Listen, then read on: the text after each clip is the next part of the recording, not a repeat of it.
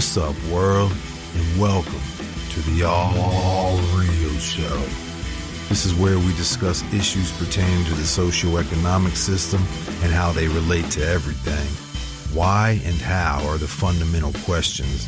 Answer them enough, you get to the truth. I'm your host, Alex, and my guest today is very outspoken in her thoughts and beliefs.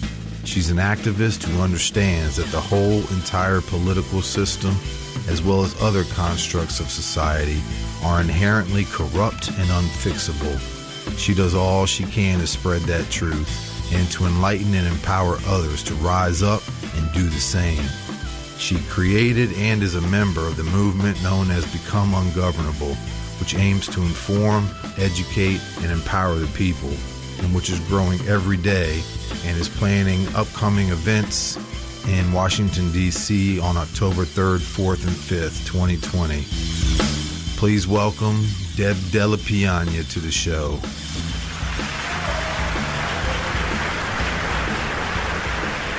Wow, it's great to be here. Thanks for inviting me. Yeah, Deb, thank you very much for being here. I really appreciate you taking the time to be with us. I know you stay very busy doing all these projects, and I know just from doing this show that they do take a lot of time and commitment and dedication. It's great to have anybody that is fighting the right fight, and speaking out about the right things, and you're definitely doing that. So I really appreciate you being here with us. Like I said, you're much more, polished at this than I am. When I make videos and audio, I'm like the meatball person. I'm there to lead a revolution. I'm not trying to be CNN, but it's good to have people like you on the other end who can, kind of clean up the mess. When I post it, sometimes I look at it and go, wow, did that really get that messed up? Yeah. Yeah, I have a very forgiving audience, though, so that's a good thing. Well, I understand that. I mean, most people are, I've been in a couple bands before and stuff, and I am kind of a perfectionist in that sense, and I'd always want to have it sound perfect or the video to be just right. And, they used to say, man, nobody cares that you flubbed a little or you missed a note or something like that, Right. Really, the main thing is the message. I mean, the main thing in music is the music. The main thing in what we are doing is the message. Right. And to me, and I think probably to a lot of your followers and listeners, that comes through loud and clear.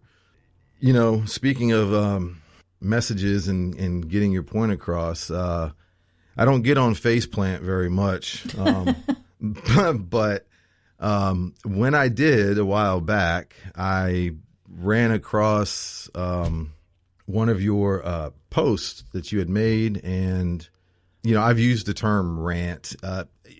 Rant by definition actually is kind of flexible with different meanings, but basically you were speaking out your frustration and intolerance of the way that people are and how they focus on the bullshit and stuff like that. And so I just wanted to play that for everybody and let them hear what turned me on to you. And, after I heard it, I sat there and watched it. And when it was done, I really almost set the phone down and just started clapping. I mean, it really was so on point. It's exactly what needed to be said and how it needed to be said. Because, you can say the same thing a lot of different ways. And if you were just, discussing like we are now, you can say it calmly or whatever. But some of this shit is enough is enough, Right. Exactly. And so, and I know that's what you were feeling and expressing in the video. It was shared over 8,000 times on Faceplant, and it was viewed over 243,000 times. It's a big one. That's a big one. I mean, really, that's a big one. And not that 243,000 people wouldn't have already known this or felt this, but to know that many people heard it, that's a good thing. So anyway, we'll go ahead and play it and let everybody hear the mini speech that I absolutely loved. And so here it is. I'm not even back inside the house yet, and I'm doing a shut the fuck up right now, okay? Look, I just went by a post where somebody said, how can we keep a president who hates everything America stands for? Can we just back up a fucking second here? What is it that America stands for? Can someone help me with that? Because I seem to be missing that entirely. This is what I see America standing for, okay? You know, people who live that dream that we're a force for good, those people are delusional. They need some serious intervention, mental health help, medication. Maybe they need to smoke marijuana every day to get a grip on reality. I don't really know. But what America has stood for, we started with annihilating 100 million Native Americans to take over this land. That's what America stands for. We now know that Pearl Harbor was a setup so we could get into the war. We now know that 9/11 was an inside job so we could build an appetite for never-ending war on terror. We support Israel, a terrorist state who is literally committing genocide in Gaza. We support the proxy war on Yemen, where we are killing innocent women and children and causing disease like cholera at rapid paces.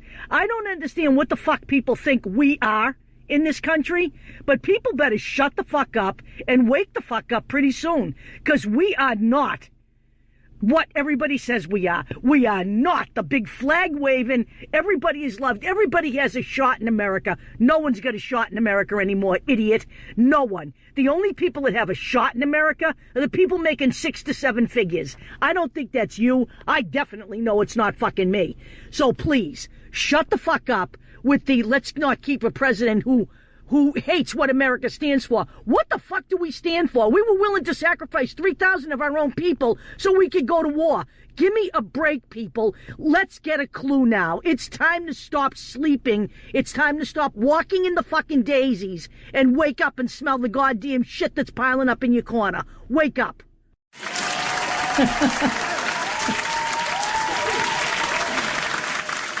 Oh, I had to give you a round of applause, Deb, for that, really. Thanks. I mean, again, just so on point. And, you know, I've always said you can feel real.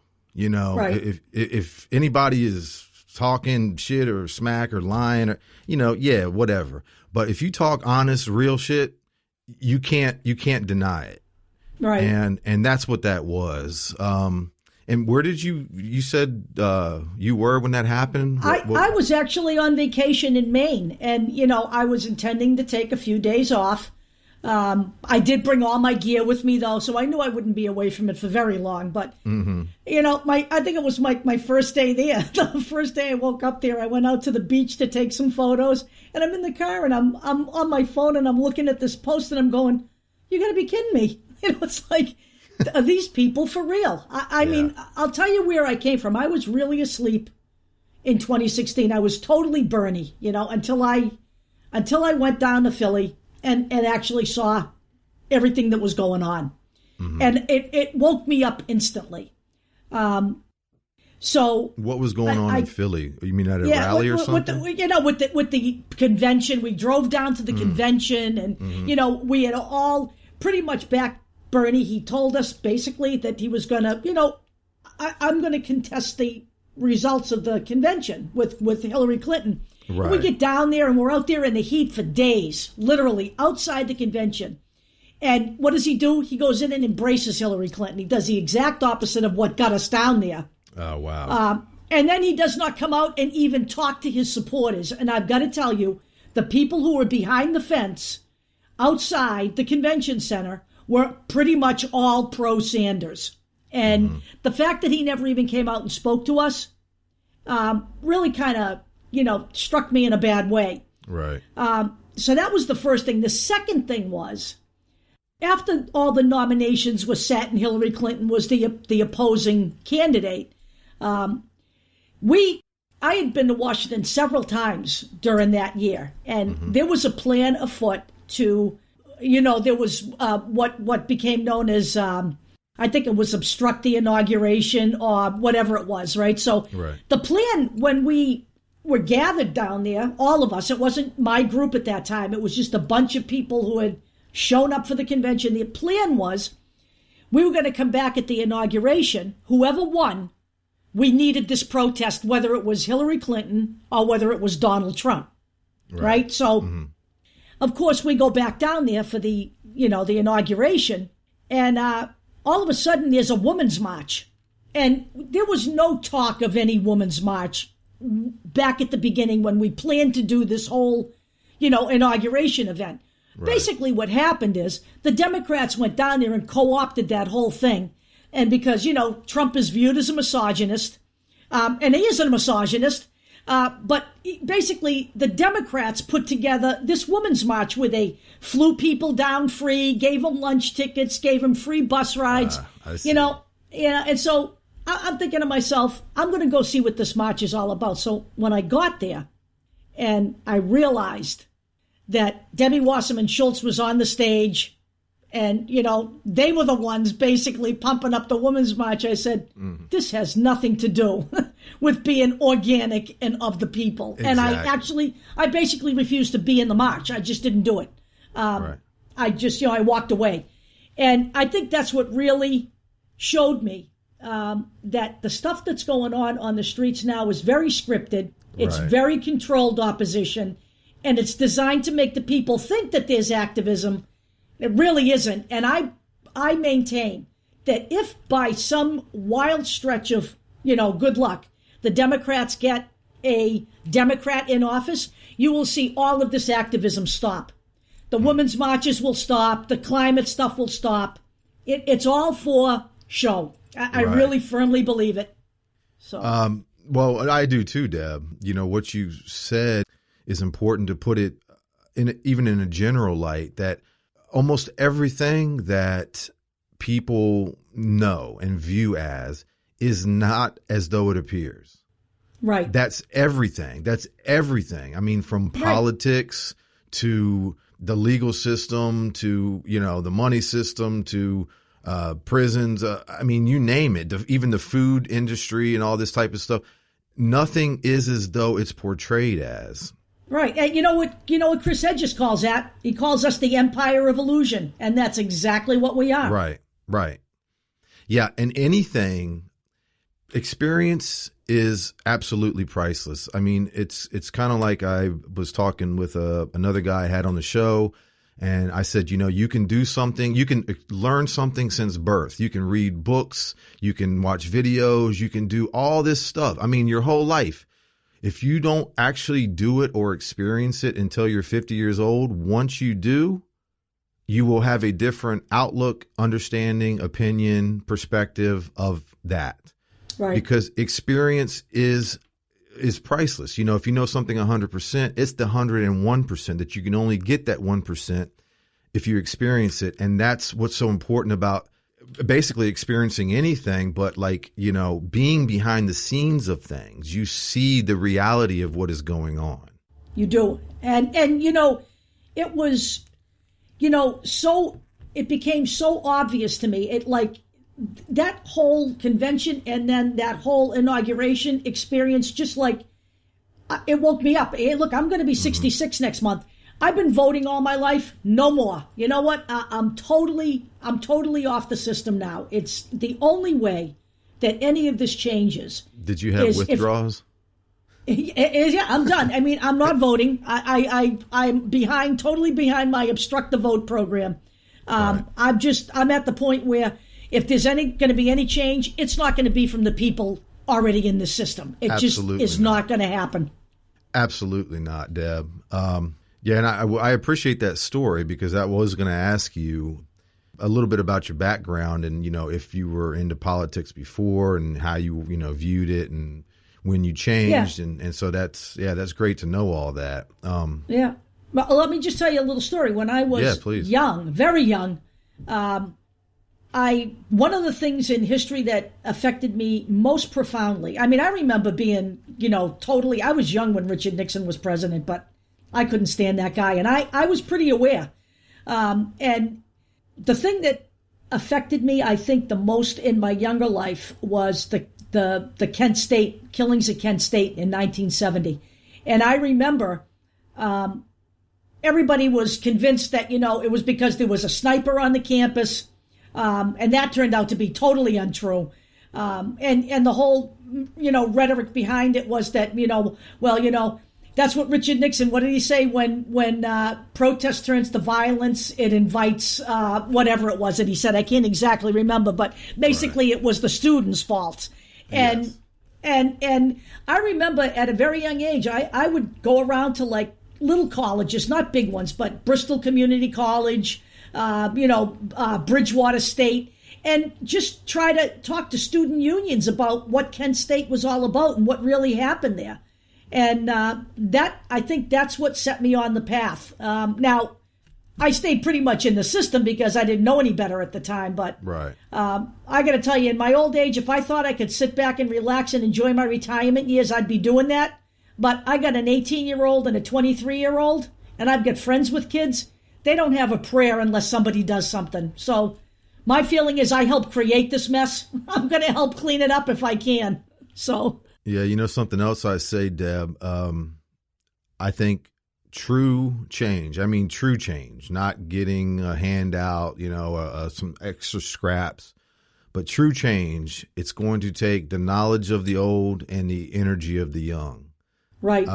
That's really how I view it and how I feel about it, because as well as I do, you've got some years on me, but I'm ahead of my time mentally, and I always have been. But that, again, experience, even in age, it is priceless. You think you know shit when you're younger, and as you get older, you realize I didn't know shit. And and so that's why I think it is so important for people who have gained the knowledge, like us, like hundreds of thousands of other people, to do something. Do something. Right. I speak out. Go to a march, a sit-in. Write something. Start a blog. Do something. Put your voice out there, and the more it's exposed, for lack of a better word, the more it becomes the forefront of conversation and thought. Right. And and it's a funny thing. It's a funny thing because the thing I feel worst about for the kids today is there is no investigative journalism outside of, people like, let's say John Pilger, there's nobody following any of these stories. When I was young, Watergate was a big thing. And I remember newspapers were competing to unearth that story. Right. There are so many stories out there about corruption and everything else right now that if I were an investigative journalist now when I were young, I would be chomping at the bit to sink my teeth into the stuff. But, the people who are in the news media now, hey, look at Disney owns one half of it. Warner owns the other half, and it's an entertainment business now. That's and all of it the is. All the people on the news are all nothing but talking heads. That's all they do is they're news readers. And that's what's happened. Yeah, and again, for people who don't fully grasp that, what you just said, or understand that, anything, it's like I always say to people, don't listen to you, don't listen to me. But if you hear something and you really care about it, with the internet, in the age of information, there's zero excuse for you not to know the truth. And something that simple, you can look up right now, and within 5 minutes, you can learn who owns and controls all the major media outlets. It's very, very simple. I mean, and so when you understand that, and you also understand money is the name of the game that the world plays by, it is power, it's control, it's influence, it's all those things, it's ownership, then it's 1 + 1 at that point. Okay, I understand this is what money is and does. I know because I base my whole life around it. And all the media is owned by these people. So come on, it's common fucking sense. They write the script, they pass the script down, you know? And that's all it is. So it's very easy to understand that it's all bullshit. It really is, like you just said.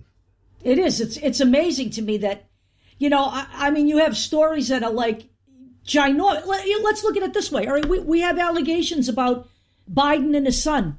No one's even looking at that. It's not even appearing anywhere. Even the supposed left media doesn't want to touch that because it's, Democrat. The supposed, alternative left media now, in my opinion, the alternates, Right. Daily Cause might as well be a wholly owned subsidiary of the Democratic Party at this point. Right. They're all gone. They're all in the pocket now. And, it's just, and then so here's what you have is you have this void, right? But then on the other side, you have people who claim to be truthers, and those people are all over YouTube, right? There's tons of people on YouTube making videos. I'm one of them. And I tell people, you know what? I don't put stuff in unless I can put something in that proves what I'm saying. That's just the way I feel about it. And if I'm speculating, I say I'm speculating. Exactly, right? Deb, right. Right? So you have a bunch of people, though, on YouTube who are claiming to be truthers and experts. And what I see is the general public just reposting their stuff without even thinking about it. I'm going, I listened to that video and I saw who sponsored that video. Did you look those people up at all? They have an ulterior motive. And people have to vet everything. And I think the American people don't understand that or don't understand how that's done. I mean, the internet is basically, obviously it's society. It's the same people that you see every day. They're on the internet. And something I've learned in life that translates to the internet, like you just said, most people on average, they just repeat shit. That's really what a lot of people do. And the way I kind of describe it is, as silly as it sounds, it's literally just like a baby that learns a language. When they understand fire truck, they just go fire truck, airplane. They just repeat shit.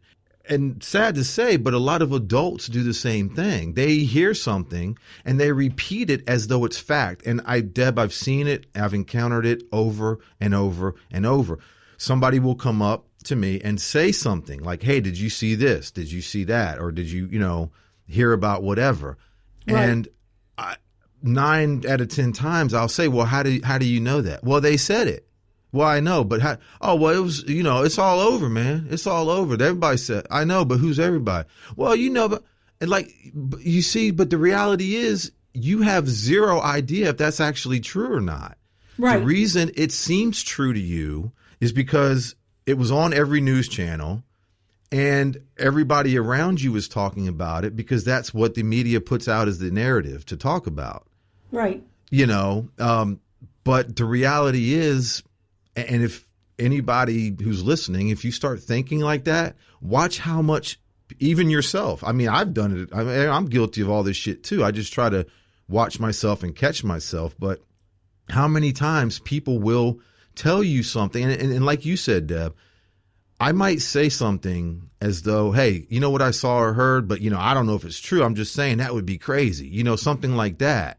Right. I always have to throw a disclaimer out there because I don't want to say something as though it's a fact if I don't know that, but so many people do. And that's how misinformation and how lies become truth. Right. Exactly. I'll give you a perfect example from my perspective. Mm-hmm. All of those people, I hear, this is the thing. Once people know what the CIA is all about, everybody's an expert. So this is what I see. I see somebody post something about a politician who does something bad, right? Mm-hmm. And then right under that, you'll have a Facebook person post MK Ultra, like they're experts on MK Ultra because they read about MK Ultra on the internet. And we know MK Ultra is a real program of the CIA. But by the same token, now all of a sudden everybody out there is an expert. So, oh yeah, that's MK Ultra. I hear this all the time. I hear all the time, oh, Julian Assange is a CIA asset, and nobody can prove any of that. Julian Assange is a truth teller. And the reality is 100%. George Orwell warned everybody that if they listened to the media, that the media would turn everybody against the truth tellers. And that's exactly what's happened. They isolated Assange. They cut him off from the internet. He couldn't defend himself. They assassinated his character, and now everybody buys in. And, I'm sorry, but Julian Assange is one of the few truth tellers left. There are a couple of others. I agree. But something people don't get, if I don't even see, without significant street action, he's a goner. There is just no question about this. He's not going to win in the U.S. courts. The U.S. courts are corrupt. They don't do fair trials. It's just the way it works. Right. You know? Absolutely not. I don't block people on Facebook for many reasons. But I will tell you this, that's a killer for me. Anybody who wants to spread that stuff about Assange at this point and can't prove it to me, I got a guy that used to post all the time on everything I posted, Assange is Mossad. Well, show me that. All right. I don't see any of that. And unless I can see it myself, I'm not going to believe you. And if you say it enough, I'm going to block you because I don't want to hear it. I'm firmly behind Assange and our group is firmly behind him. So. Well, I agree. I am too. He did just expose truth. I mean, that's it. That's what he's. They're still doing it. They're doing it even though he's in jail, and no one's paying attention to any of it. It's amazing the stuff that they've leaked even since then. I don't know what people are expecting, but I think for people, WikiLeaks is a black hole because they've never learned how to use it or how to, they're used to seeing it released and posted. But if you've ever spent time on WikiLeaks, you can find stuff that you just cannot believe. I mean, it's there, And I think people should spend some time doing that. I think that's what Americans have gotten away from. I curse the meme. I think memes have been the downfall of society personally. I mean, I like them once in a while when they're tied to facts, but there's so many out there that aren't. It's disturbing to me. Yeah, I agree. Like I said, I know those, to my knowledge, they're mainly on Faceplant, but I don't get on there much. But misinformation is deadly. But there's two things that for me you have to have if you're going to progress individually, like to a more intelligent being, knowledgeable being, and or to have a true discussion. What I've seems like a lot of people do is like we're touching on of just spewing out garbage. They don't know if it's true or not, or making smart ass remarks that, have no bearing in the thing. The two things that I feel you have to be open-minded and you have to be a critical thinker. If you don't have both of those, you're not open or receptive to new information, and you're essentially stuck in your vantage point, and all you're doing is trying to push that on people, and so kind of like you were saying, those types of people, you want them out of a group or out of your life or whatever. Until that person comes around, they're like a fucking virus, they just. Right. They're not doing anything except instilling, unnecessary misinformation and anger and those types of things. And you can't. Go ahead. I just don't want my venues to become avenues for propaganda. Right. It's just not going to happen with me. So I'm trying to do something different here. So why would I want to perpetuate that? That's just not going to be. Well, and that's the thing about. If you're able to be in control of a group or something to that effect, or you can kind of allow in what is constructive and get rid of the destructive stuff that's doing nothing to progress anybody or any ideas or anything. Right. The other thing that you could also do, which is, I'm sure. I'm watching, France, okay? I'm watching all the yellow vests and all that action out there. Mm-hmm. And I can promise you that the people who are on the streets every day there don't agree on every fine point. But they do agree on one point, and that point is that their government no longer works for them. Right. That's where we have to get to in America. Instead we're arguing about, and I'm going to say this because I have a child going through it right now myself. We go out there and we spew garbage about trans people, and and I'm gay. I'm going to be honest with you. Mm-hmm. They're the new queer people, the trans people. They're the new people to demonize. I've been here, so I've seen all of this. Right. I've been through all of this as a gay person. Okay? And like I said, my heroes aren't Ellen DeGeneres. My heroes were at Stonewall. Okay? I don't do the pride parades with the Macy's floats. That's bullshit. That's not activism. That's a party. Okay? Yeah, exactly. All right. And that's being stupid. You can spend your money all day long at those places if you want. So, you know, I see people arguing over trans. Well, that's not your business. You know, if you believe that your body is your body and it's sovereign, if I want to put a unicorn horn on my forehead, I'm going to do it. Right. And you should have nothing to say about that. You know? Absolutely nothing.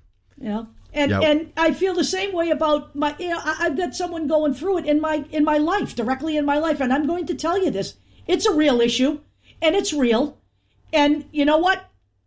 I don't care what anyone says. I'm living it. I'll tell you what it's like. And I'll tell you what it's like to have somebody who has been in total despair because he's been miserable. And that's not, for me, that's not living. So, you know, I'm just not entertaining any bigotry either. That's another thing that's not going to happen. No, absolutely not. Because you know as well as I do, it comes from a place of soul ignorance. There's no basis for it except for a imaginary hatred of something. It's just fabricated. It's ignorance, hate. basically. It is. Yeah. It's ignorance. It's pure ignorance. Absolutely. Right. And you know, it's kind of a elementary saying, but it's true. When you point one finger, you have three more whatever pointing back at you. And that's another thing that I am totally against. I'm extremely non-judgmental, and I won't tolerate, you know, opinions is one thing, judgment and just, you know, unnecessary vile and hate is another. Right. And, you know, you can not agree with it. You can not like it. That's fine. But I promise you, there is hundreds of thousands of people who don't like shit about you, you know, who don't agree with what you're doing. Do you want them bashing you and saying all this shit? You know, I mean, it's a very primitive mindset. Right. And you know, I know what I'm looking at. So I see the people who post, like there's a lot of Facebook posts, okay? And these are posts that are sponsored, right? So they're sponsored by a group. They're on Facebook. And the people that I watch on Facebook who repost that Facebook garbage are the same people who complain about Facebook. But if that post that's made on Facebook by a sponsoring group fits their narrative, they don't have any problem sharing Facebook then. That's the thing. You know, if it's anti-trans, they repost it, and I look at who sponsors it. It's always down the bottom. If you go look those people up, you find out they're usually right-wingers, and they're usually funded by the right wing. And people who are posting that as though that's gospel should know better, in my opinion. Well, you know, again, just, I guess, staying on faceplant, I got in this topic with somebody else I had on the show. And again, you can look at things from different angles and, you know, find good and bad with stuff. But one of the things I actually, real quick history here, I actually made my primary Facebook account, I don't even know, 10 years ago. It was with the last band I was with, and that was the only reason I made the damn thing. I wasn't on Facebook before that. When I left that band, I never even used it again. In fact, somebody from my past when I was young contacted me on it. Anyway, the point being, I don't really get on it much now, but about a year ago when I first launched his show, I had difficulties, living arrangements. I had to move. So that's why, you know, it's been a while now, but I'm back. But I started being active on Faceplant, you know, trying to get networking basically, you know, and those types of things. But what I noticed in general, that most people, or a lot of people, you know, I try not to, you know, group everybody together, but a lot of people from what I've seen, they essentially do what you just said. If they agree with it or whatever, they'll welcome it in, or they'll be in a conversation or a group or friends with people who essentially feel the same way. But if the stuff comes that doesn't fit their mold, they'll shun it. they'll just block the person or, talk negative or say, hurtful things to them or whatever. And that just goes back to what I was saying a little bit ago that, I mean, obviously, if you want to be that way, that's fine. But what are you doing? All you're doing is surrounding yourself with like-minded people, reassuring and reaffirming yourself that you're right. But you could be the wrongest son of a bitch on earth. But you're just, so it's, I don't know. It's a tricky thing with Facebook. I mean, I got to tell you, there's a guy that I'm not going to mention his name. He's on Facebook. Mm-hmm. He follows Q. Okay. Okay. He's been my friend for 8 years on Facebook. He's not going anywhere. Right. We agree on enough shit. And you know what? We just don't take each other all that seriously. And we stay in contact and we post on each other's posts. And when I say something about Q, he laughs at me. We know we don't agree on everything. But you know what? We know we agree on enough to know that this isn't working. And that's what keeps it together. And I have no problem with that. I really don't. No, I let him, I'm good with that. That's very important, actually. I'm glad you came back around to that. That is something I do really think that people should think about and grasp and understand, that the fact that you're not going to agree about everything. In fact, you may not agree about most things, as long as you understand and you agree about what's true, real, right, and important. Those are the keys. And, something else I say that I think it's crucial. It honestly is crucial for any substantial, meaningful change to happen is you have to understand the root cause. You have to understand what the real problem is. And that has to be your express goal, kind of like you talking about the yellow vest. I don't know if people are familiar or not. I'm sure they've probably at least heard of them in passing. But for those who don't know, that actually started because of an increase or an added tax, which is why that movement started. And that's another interesting psychology with people. Most people don't flinch when they hear the Pentagon is going to spend $10 billion more on defense this year. Not in this country. They don't. We accept everything as if it's, we complain, but we don't want to do anything about it. As if posting is going to change it. You know what I'm saying? No, right. The people in France, all it was a tariff, and it got them up and moving. I don't know how much we're going to need here, but their direction changed, though. That was the point I was trying to make. It did start with that, but it quickly turned into the understanding, the realization, and the demand for true equality. And that, this is what it boils down to, Deb. And I know you understand. I know you agree that the fucking money system is rigged. It's rigged from its inception. You will always have what you have in this world until we change the system that the world operates by. Every single country, every single state, every single locality, everybody operates by this money system, and it's inherently corrupt. And it is. And when everybody gets on that page, then, and people use different terms for it, like my friend John Spritzler, who, as a matter of fact, I had on this show. He was my first guest. And believe it or not, Deb, from what I can tell from your general location on Faceplant and his, you guys are about 30 minutes from each other. Right. And if you just happen to peek at his Facebook page or whatever, this guy is extremely smart. He's all for what we're saying. He has a group called Egalitarian Revolution. He's got several websites he writes. I mean, really a lot of information. I'm friends with him, actually. Oh, okay. Well, then you're familiar, right? See, I'm familiar with John. Okay. So the term, though, essentially, and by definition, it is an egalitarian society is one way it could be, worded. Right. But that's the term he uses, egalitarian revolution, society. Right. And so a lot of times people get caught up in the wording, but the point is we all are understanding the same thing. We all are for the same thing. And I just wanted to stress that is the only thing that should matter. I don't care. Right. Anything past that to me is secondary.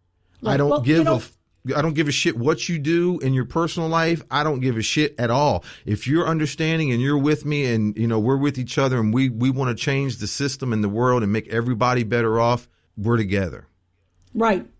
I'll tell you another thing too. No matter what your hot button is, okay, some people it's 5G. Right. For some people, it's, forced vaccinations. That's a real hot one for me. But war, right? The incessant war, the need to somehow continue to funnel billions of dollars into Israel so that they can oppress the people of Palestine, the Palestinians. Exactly. We're talking about pollution. We're talking about climate change. Right? We can talk about banning straws, right? We can talk about banning plastic bags. We can all feel good about recycling, but no one's talking about the contributions that the military makes to climate change. It's ridiculous. It's, right. You can do whatever you want until someone deals with that. None of this is all busy work. But every ill we have in America, every ill is traced to money in the system. We are, even if Bernie Sanders and Tulsi Gabbard were elected next week, nothing changes because you know what? Right. This particular election is already bought and sold. The money isn't out. It's still flowing in, and it doesn't matter who's on top of the shit pile. It's still a shit pile. And again, no real change has ever come from within a corrupt system, and it will not come now. It never will. Exactly. No. And just to go one step further with what you were just saying, that again, I think is vital for people to understand, and don't listen to us.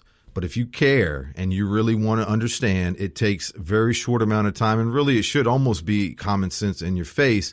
But if you look it up and do the research and you understand, that's why all the world basically has the problems it has, is because of the money system. This is money. Right. There's several keys there that go along with it, such as ownership. Right. That's what creates that, because then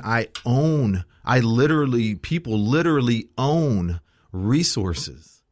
They literally own the fucking resources that give us life. Prime example was just in the last couple of years in Flint, Michigan, when they had that water crisis, which Again, I'm not 100%, but I believe it was actually some contamination from some kind of corporation thing. I don't really remember how it started. What, the Flint water problem? The Flint water problem was because the idiot governor, I believe he changed the system and allowed pipes or whatever it is that were leaching stuff. It was cheaper, some kind of it was basically caused by the government, though. It wasn't just random contamination. That's what I thought. They got this guy to the point where they were going to indict him, and then they automatically just stopped just recently, 6 months ago, and said, well, we're not going to indict him now because we have to do more investigation. No, they don't. They it's a crock have of all shit. the information they need. It really is. Right. And, Barack Obama went there and he drank Flint water. You know what? He didn't drink Flint water. He drank bottled water that someone put in a glass. And, Michael Moore was there. And you know what? Michael Moore lives in Flint. Instead of playing politics and trying to elect people, why doesn't he lead those people on the street? Because I'll tell you what. They've taken it to court and it's gotten squashed. You are not going to win in this system. Well, you're not. Exactly, Deb. And again, the point I was trying to make with that, what you said was accurate as well. And I'm glad you said that information, because some of it I wasn't aware of. Snyder, I believe his name is Rick Snyder. That was the governor. Okay, yes. Yeah, that rings a bell to me too.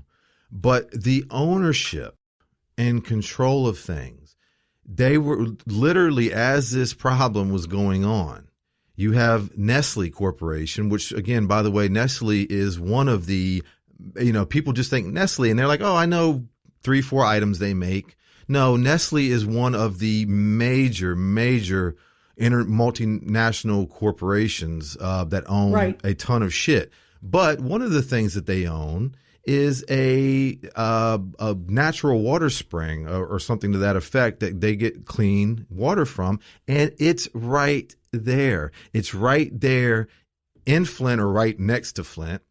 Right. And they pump it out at pennies per gallon, and then they sell clean water to the people in Flint for a profit. The system. That's exactly it. Exactly, Deb. And that's the system that we live by. See, so many times, and I'm with people 100% when they point the finger and say you're corrupt and you're this and you're that.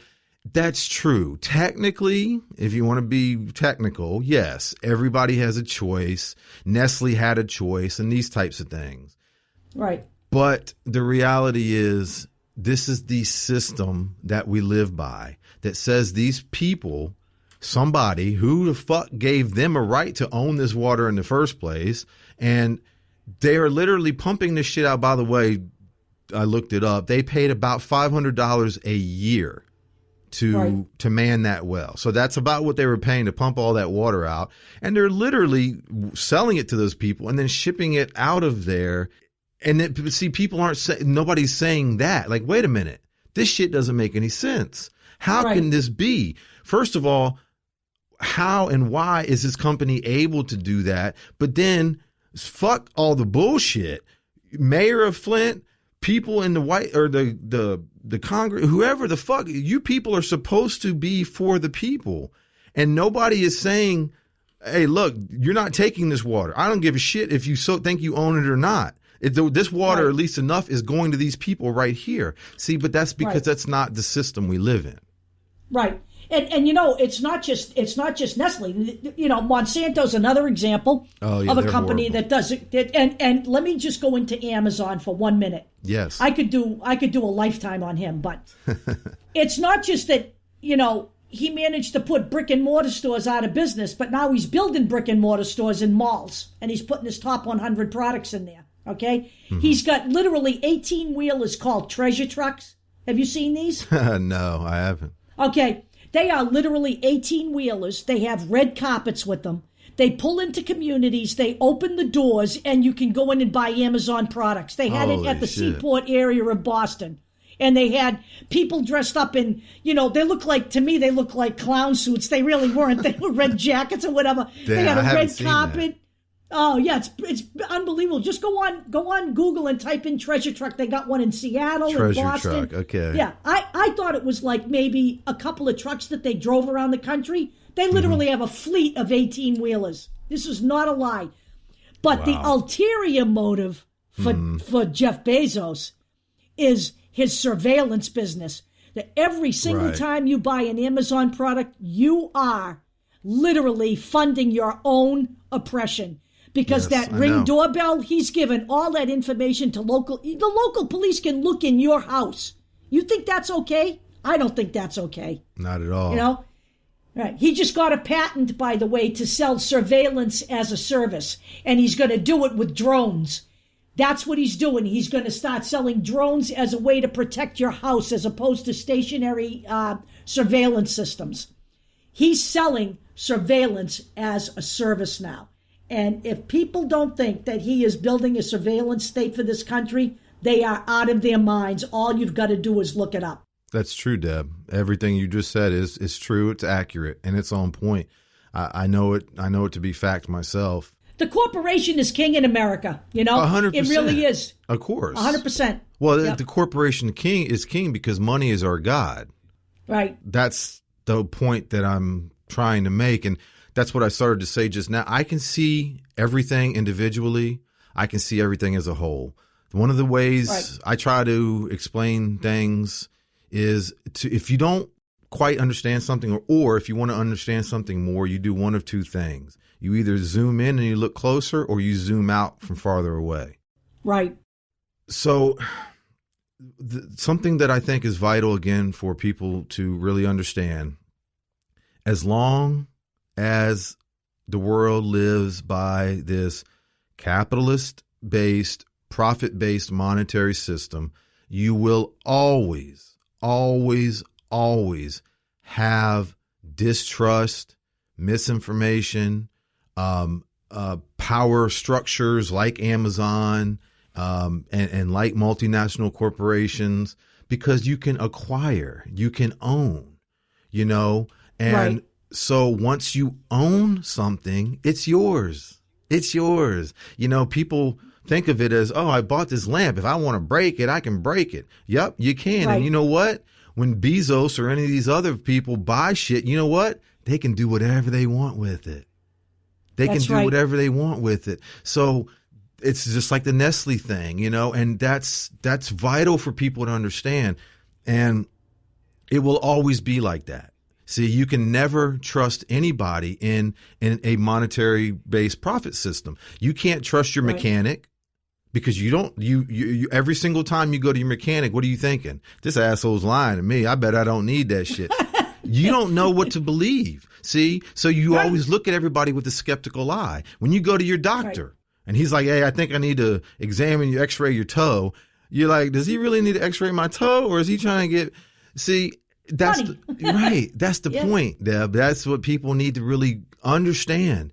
As long as we live by this system, and if this system changes, you will never, ever, ever, ever in 100 million years, you'll be able to trust people, believe people. You will always be questioning and skeptical, because you understand there's motive. There could be ulterior motive behind it. Right. And that's a very good point. And, here's the one thing I want to point out to people about this particular election is the way the Democrats have been masterful, I have to say. When Bernie Sanders ran in 2016, the biggest thing on people's minds, right? The biggest problem was, you can look this up too, money in politics. Right. And income income inequality. Right. And he built his campaign on that, right? Right. Mm-hmm. Okay. So let's fast forward to the 2020 election, right? Right. What is, he does mention it in passing. I agree. But by and large, the Democrats, and let me tell you something, money in politics and income inequality between 2016 and now has only gotten worse. Okay? It's only gotten worse. It hasn't gotten better. Of course not. But never will. The Democrats never will. The Democrats have managed to defocus the discussion from the issues, right, which is still income inequality, corporate ownership of everything in this country, and they have focused everything on Donald Trump as the bad guy. We got to get him out. Mm-hmm. So now nobody in America is talking about income inequality anymore. I don't hear that coming off anybody's lips on Facebook anymore. And now we have to get rid of Trump. And now we have Noam Chomsky, who, is, in my opinion, a sheepdog, saying, well, there is a strategy for, I'm paraphrasing here, but this is basically what he said. Right. That, electing the lesser of two evils is a strategy. And then when we get that person in, we can work on it. We've been saying that forever, and we don't work on it. Exactly. We never will. Right? So he's saying that we should take heart and we should be optimistic because of, get this, the Green New Deal. Oh, shit. And Bernie Sanders. And the Green New Deal is nothing more than a boon to private industry. Not the and big green Bernie giant. Sanders, he's not getting elected. He's not getting elected, and even if he does, he won't have any power to change anything. Right. No, that's reality, Deb. Yeah. I actually saw somewhere recently, I think it was a post or something, that you mentioned that about Chomsky. And, be honest, I haven't followed or listened to him much lately. I never really follow anybody. I don't know if that's the word I would use, but, I have heard a lot of his speeches and talks over the years. And I always liked the guy. I always thought he was very honest and real and spoke the truth and what was really going on. So that was interesting when I saw that. And I did want to ask you why you felt that way. Because I think anybody who is a thought leader or who is supposed to be seen as a thought leader, who advocates for playing in this system at this point, right? You have to look at, this is what I always go for. I hate to say this. I look at someone's wealth. Right. He's worth $5 million. He's not interested in socialism. He's interested in capitalism. And the notion that we can have that democratic socialist, I'm sorry, that's an oxymoron in my book. A democratic socialist is a capitalist who believes we can have a kinder, gentler capitalism. And you know what? Capitalism is immune to regulation, and it's immune to being reined in because of greed. It just is, Well, all isms are, and that's the one you look for common threads. Right. If you're trying to, find out what the problems are, you can look at them individually again, or look at the big picture and see what lines up. The one constant through all isms, communism, capitalism, socialism, is the use of money. And it's because when you have a central distribution, aka money, it's controlled, it's regulated, and so you can literally control everything. The two ways society is controlled is through money and laws. So it's right. And so, but that's the catch. So, I'm huge on words, but at the same time, I'm not big on some other words, because I understand that once you say a word, socialism, instantly people have an idea of a thought. I'm not for any ism at all. I just understand that money is the factor, it's the common denominator, and any ism you talk about, even Bernie saying social democrat, whatever the hell term he uses, he's still saying we're going to use this money system. Right. And I'll tell you one other thing that the way people have been controlled in America, there is one more. Mm-hmm. Religion. Oh, absolutely. Yes. Religion. It has been, I really believe it's been invented by man for control. I'm looking at, I look at guys like, there's two things going on in America right now. The religious right has managed to worm its way into our system in a big way, I believe. You have Mike Pence, who is, he's clearly a right-wing Christian zealot. And, you've got the head of, what's his name there? The guy that replaced Bolton. He's worse. Pompeo. Oh, he's another one. Yeah. And people think, well, we got rid of Bolton. I said, yeah, look what you got now. I said, let me tell you right now, if you end up with President Pence, it's going to be a real good time with them together. I just, people don't see the forest for the trees. You know what I'm saying? It's like, it's like there is no one man that's ever going to fix this system. Absolutely not. No. Well, religion is now you've got. Religion is. Go ahead. Finish. Go ahead. I was just going to say that religion has been a huge influence and control system pretty much ever since its inception, as far as we know. I mean, in fact, hundreds or thousands or whatever of years ago, religion was essentially the government. I mean, right. Again, this is actually put out there in history books, where look at like in the times of when they didn't know if the earth was flat or round and all those types of things. And if you spoke out and you said things against the church, you were sometimes even beheaded and you were ostracized. Right. And, so the religion has always been a huge control mechanism and influence. And I just want to say this too, because I know people who are religious and those types of things. The way I feel about it is the way, honestly, I feel about anything. It's just like we said earlier. I don't give a shit what you believe in as far as that. I don't. If you believe in any God, if you believe in this or that, it doesn't matter to me as long as the fundamental principles that you understand are on point. And not one person on this earth, Deb, not you, me, I don't give a shit who you are. The damn, whatever their name is, the Pope or anybody, not one person on this earth knows how we got here, why we're here, who the hell, or if you know what I mean. Nobody knows these things. Nobody. Right. So. Yeah. And I can tell you, after 14 years of Catholic school, I can tell you, if you ask questions, you are not a very good, not a very, well-liked student. I can promise you that. I had my problems in Catholic school for many years. I spent many years in Catholic school. But, and it's a funny thing. I'll tell you what, my sisters, both of my sisters, one passed away in 2014, so she's gone. But my family was very Catholic. They were all believers. I'm the only non-believer in my family, but you know what? We don't let that get in the way. We're very close. They joke about me being the black sheep, and they've never had a problem with me being gay. I don't have an issue with that because they're not judgmental. Exactly. They believe, my sisters, my family believe religion is private. So here's the deal. When my mother wanted me to have a religious upbringing, she did it. When she wanted me to have a religious education, she sent me to a Catholic school. She didn't demand that public school teach me religion. Right. Or teach that we need prayer in public school. She was never a proponent of that. She sent me to a Catholic school and paid for me to go to a Catholic school. So that's the difference. If you want your kid to have a Catholic education, there's plenty of religious schools out there. You can send them there. Mm-hmm. But public school, I'm a firm believer in separation of church and state.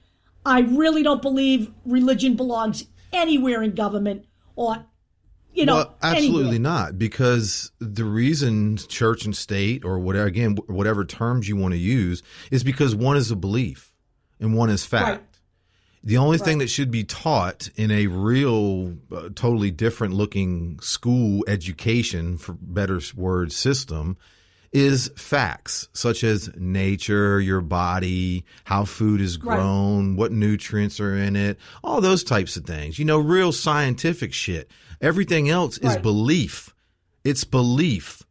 There's absolutely, like I just said, no way anybody can prove any God or any other thing exists. Not to say that it's not, but to teach it, just like we were saying earlier, how shit is spread and talked as though it's fact. When you teach that as though it's fact, that's the key words. Right. That's where the issue arises. Right, like the pictures of Jesus. Who the fuck knows what he looks like? No one knows what he looks like. Look at that. Like, they're paintings, for Christ's sakes. They're not freaking photographs. Well, it's amazing. Something else I say, and I do want to talk about the Catholic high school, but real quick before that, I just want to say something about religion. I always think it's funny, like you're saying about the Jesus image. Think about this for a second, Deb, and anybody who's listening. Humans, we don't know shit. Okay, I think we all understand that. I mean, even we just found out a lot of the stuff that we know to be fact in the last, really 20, 50 years and maybe 100 or whatever. But okay, so think about this. We don't know anything, right? I mean, we barely knew about our bodies. We didn't know about shit. We thought we were the center of the universe and everything, including the sun, revolved around us. We didn't know shit, but somehow we knew the greatest, and still know the greatest mystery of all. How does that work? So you don't know anything, but yet you know how we got here, who created us, but you don't know anything else. Right, but you know what they have to, they're going to tell you, just doesn't make sense. You have to have faith. Exactly. You have to have faith. That's what you have to have faith. Right, Deb, right. Yeah. Right. Yeah, and of course, I don't have much faith in anything right now. So I never had faith like that. I mean, it was always hard for me to believe in something I couldn't see. Right. And it still is hard for me. And when I look at, like, when people talk about the Bible, they talk about the Bible as if Jesus wrote it. Well, He didn't. It was written by about 60 different people over I don't know how many years period. It was meant to be stories. It was never meant to be a freaking guidebook to government. Right. It just wasn't. Yeah, and that's something else I say. When I ask people about religion and stuff, if I or anybody walking this earth, if they walked up to you right now and said, hey, guess what? God just told me this and this and this. What are you going to say? You're going to look at him and say, get the fuck out of here. You know what I mean? Okay, but think about that, Deb. So that's what even religious people would say that. But yet those religious people believe, like you said, base their whole entire belief and thought process in life around some shit wrote by somebody who they really don't even know who wrote it. Thousands of years ago. Don't you see the irony in that too? So if I do. So if, of course you do, I'm kind of saying it in a general context, but that's another huge irony to me. I don't know. Just like we were saying earlier, I have no fucking idea, and I can admit that. I have no idea. I don't. Maybe there is a God. Maybe there is the white fucking young 33-year-old looking Jesus, look like Elvis's brother. I don't know. I have absolutely no idea. You're right. But you know what? Neither do you or anybody else. So it's just what amazing. I always say to people? You're going to be awfully amazed when you find out that God is a black lesbian. That's what I say. Right. So, I have to tell you this one film that I would recommend to people. It's called, I don't know if anybody's seen, now it's going to skip my mind, but at the beginning of it, it talks about all of the religions. Okay, it talks about Christianity, it talks about Islam, it talks about, the ancient Egyptian religions. And it's called Zeitgeist.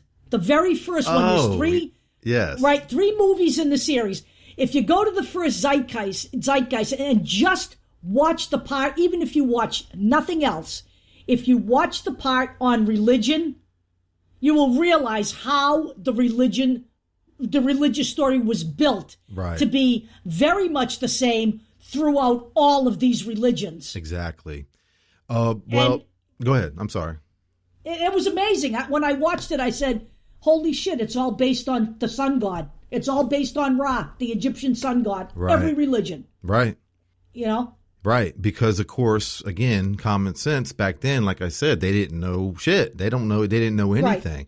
All they knew was that this thing in the sky gave them warmth and food grew and it was, and all this stuff. So they tried to make sense of their world. And, I'm glad you mentioned Zeitgeist. It's certain things I guess intend to maybe throw out there on every show because I understand some people may listen to one episode and not anymore, Right. So, but the Zeitgeist is huge. Anybody and who's it goes listening into the money system too, which is great. That's the point. There's 3. It starts with regular Zeitgeist, which is spelled Zeitgeist. It sounds kind of like the other guy spoke with what's the word? Egalitarian. Well, in a sense, yes. Actually, that's in a different context. But anyway, right. It's a regular Zeitgeist, and then the second one is Zeitgeist Addendum, and then the third one is Zeitgeist Moving Forward. I cannot say enough about those documentaries. They have awoken so many people. It's started a huge movement. And, again, if you look at the Zeitgeist movement, there's chapters in all countries, all this kind of stuff. But those documentaries are so on point. They are so factual, and for me, Deb, and the reason I'm kind of getting worked up about this is because that was my awakening. See, the way I try to explain to people, I always, my whole life, I've understood the pieces of the puzzle. And I think that's true of most people. They understand the pieces. So if you say something to somebody, politics is corrupt, they'll say yes. If you say, do you know this is, wrong, they'll say yes. You see, they understand the pieces like I did. They don't quite see how they all fit together. And that's what Zeitgeist did for me. It literally was like taking all the pieces and putting them together in a puzzle. And I saw and you know what? It will do it for other people. It sure will. Take the chance to watch it. That's what I mean, Deb. And just to sort of wrap up with it or whatever, but knowing that the first one starts with religion, which I think if you're open-minded and critical thinking and you do want to know the truth, definitely start with the first one. But because of that, and because I know how sensitive some people are with religion, I tell people sometimes if I try to, mention it to them, and I know they're that way, I don't even mention that. I say, watch Zeitgeist Addendum, the second, because, that's, and I'll just say this real quick. That's another thing I think is vital, Deb. It's like I always say, you technically, hypothetically, you can know everything. Say you know everything there is to know, and you want to relate that to people. that's the next step. You have to be able to communicate and relate to those people. If you yell at them, it's going to shut them down. If you know that they're adamant about, say, a religion, and you start talking against that and you know it's going to shut them down, don't talk about it. And so, I just think that's vital. And I do agree that what you said, Deb, if anybody watches those, I truly, sincerely think you will have an awakening in a sense. You'll have a different understanding and perspective of everything that we've been talking about so far on this show. Right. I agree. And I'm thinking of, and they have a website. You can go there and you can, download it or whatever you want to do. But I was actually thinking, we've been doing watch parties on Facebook, and I'm thinking of just actually doing watch parties with those just to try to draw people in to take a look at them. Yeah, that would be an interesting idea to have I love that. I love doing what we're doing now and exchanging ideas and thoughts, and that's what it's all about. That's what growing's about. Understanding and advancing as an individual and as a society. And those documentaries definitely will truly wake people up. And I've said they should be taught in schools. Obviously, the reason they're not shown in schools is because the school system isn't about that. But of course not. No. But speaking of school system and touching on the religion and stuff, that's a good little segue there. I wanted to ask you about that. As you mentioned, I know you attended Catholic. You said, 8 years? So that wasn't just high school, huh? Oh, hey, no, listen, let me just tell you my story. Sure, yeah, please. All of my sisters, there were three girls in my family. We all went to Catholic school. Mm-hmm. So the first year I went to public school because we had just moved, and the Catholic school, they had no openings in the first year. So I started Catholic school in the second grade. Okay. And I actually went through Catholic school all the way through. I mean, of course, you do stuff. You get friends. Even when you're in Catholic school, you develop a bond with people. So I went to Catholic high school. I went to Arlington Catholic High School in Arlington, Massachusetts, because my friends were going there. Mm-hmm. So then we get on to college, and I'm going to tell you, I like learning, but I'm not like fond of learning in a school environment. Yes. So most people aren't. So when it came to college, right? So my mother said, "Oh well," she says, "What do you want to do?" "Well, what do you want to be?" I said, "Well, I wanted to be an artist, and that's really what I wanted to be." Mm-hmm. She says, "Well, you're never going to make any money with that. You have to be able to pay the bills." So she goes, "Maybe you want to look at maybe secretarial school or whatever." I said, "Yeah, I'll look at stuff." I mean, I really didn't want to do that. Wow, talk about from one end of the spectrum to the other. No shit. So this is it. So we get to college, and we're looking at 2 years first because my family wasn't wealthy. So we looked at a 2-year school first, and my mother, of course, starts with there's Aquinas Junior College in Newton, and that's a Catholic college, right? So I said, okay, here's what I'm going to do. I'm going to go with her to this thing, and I'm gonna just go through the whole tour and all that stuff, and then I'll deal with my mother after until I really don't want to go to Catholic college, right? Right. So we go on the tour, and then, of course, they want to go talk to my mother in the office about the financial portion of the program and stuff. So they said to me, if you want, upstairs, that was when you could still smoke inside buildings. Right. So upstairs in the third floor, that's where the student lounge area is, and there's a smoking lounge and whatever up there. You can go up there. So I said, "Oh, okay, I'll wait up there." So my original intention was to just sit on the outside of the smoking lounge, and they had a TV there, and I was going to wait for my mother. So I got kind of curious, and I knew I was gay. I knew it. I've been gay all my life, and like my friends always say, you've been gay since the womb, and that's probably very true. Yeah. So I went. I just decided to, this was an all-girl school, obviously. I just decided to open the door of the smoking lounge, and I pushed the door open, and I look in there, and there's all these girls kissing each other, and I said, "Oh, come on! I am going to this school. This is where I am going. I want to go to that school. Where was that?" Seriously, listen to this. My mother comes back upstairs. I go, "Okay, Ma, I'm ready." I said, and that's what I tell you. I went through 2 years of Catholic school. I was sold.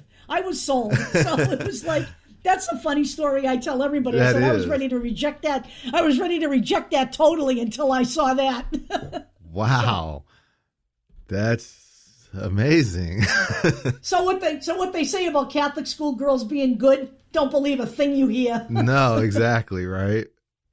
Right. Wow. That's pretty amazing. Well, that's my funny school story. That's how I managed to go through 14 years of Catholic school. So no, yeah, that's a great story. And that's another thing, Deb, that humans, and I'm not saying maybe that was a direct relation to what I'm getting at now, but humans are naturally, keyword, curious. We're naturally inquisitive. We naturally want to explore all those types of things. And that's one of the, I think, major problems, for lack of a better word, with society and with basically every institution in it, is that they try to control the individual. And, essentially the more, and I'm sure, being your age, you've experienced this multiple times. I have, and most people have.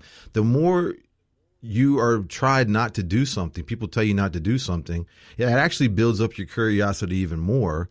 But oh yeah, to even really, the point of that is, like you being gay, for example, that's a perfect example. That's an idiot thing that people say. It's like a choice. Yeah, of course it's technically a choice, but it's in you. This is who you feel. This is what you are, and that's true of anybody. I wrote a piece on it. And essentially that's what it's saying. This is why, babies through preteens, they'll always do things that they want to do. You have to keep stopping them because they keep wanting to do them. That's why teenagers will do things even though you tell them not to, because they want to explore. They want to, this. And that's why adults do instinctively in their heart what they want to do. If somebody wants to be gay, they're going to be gay, even if they have to do it behind closed doors. If somebody wants to be promiscuous, they're going to be. If somebody wants to be celibate, they're going to be. If this is the reality. This is what makes us individual, is that you might want something totally different than me, but that's what you want. And, that's what you want to do. And so I just think that's another big thing that, that's human nature, and that should be, nurtured and flourished, instead of suppressed yeah. I can tell you, as soon as somebody tells me you can't do this, I say, oh, I can. Watch me. I don't do that too often. Let's just put it that way. Yeah. So, it's like people say to me, you can't get down to Washington without a permit. I said, I can get down to Washington without a permit. This whole notion of needing permits all of a sudden is new to me. Mm-hmm. Nobody had permits at the 68 Democratic Convention. I promise you. It's become a thing as a way of control. Exactly. That's exactly where it came from. Right. You're asking permission. What can I do? How can I do it? How long can I do it? It's control. Right. Exactly. Absolutely is. Look we don't need a permit because we have the Constitution that says we have a right to assemble to redress our grievances. Exactly. I don't want a permit. Amen. I don't need it. You got it. Right. There's your fucking permit. It's already wrote in our Constitution. Right. And I have a copy of I have a pocket version of the Constitution. I'm going to give it to everybody there. And you should. It's a good idea. Yeah. And by the way, everyone, what she's talking about is it's Ungovernables 2020 is what we're calling it. Yes, Ungovernables 2020 is the name of the event. October 3rd through 5th in Washington, D.C. There are links in the description to Deb's contact info if you'd like to learn more. And we're going to go ahead and wrap up this episode. As always, I want to thank you all for listening. I hope you enjoyed it, and I really hope you got something out of it. That's what this is all about for me, trying to inform, educate, and inspire people. The sooner people realize the veil of lies we've bought into, and that we already possess all the knowledge and technology we need for sustainability and abundance for everyone, the sooner the transition can start. Please feel free to email, follow, share, comment, like, subscribe.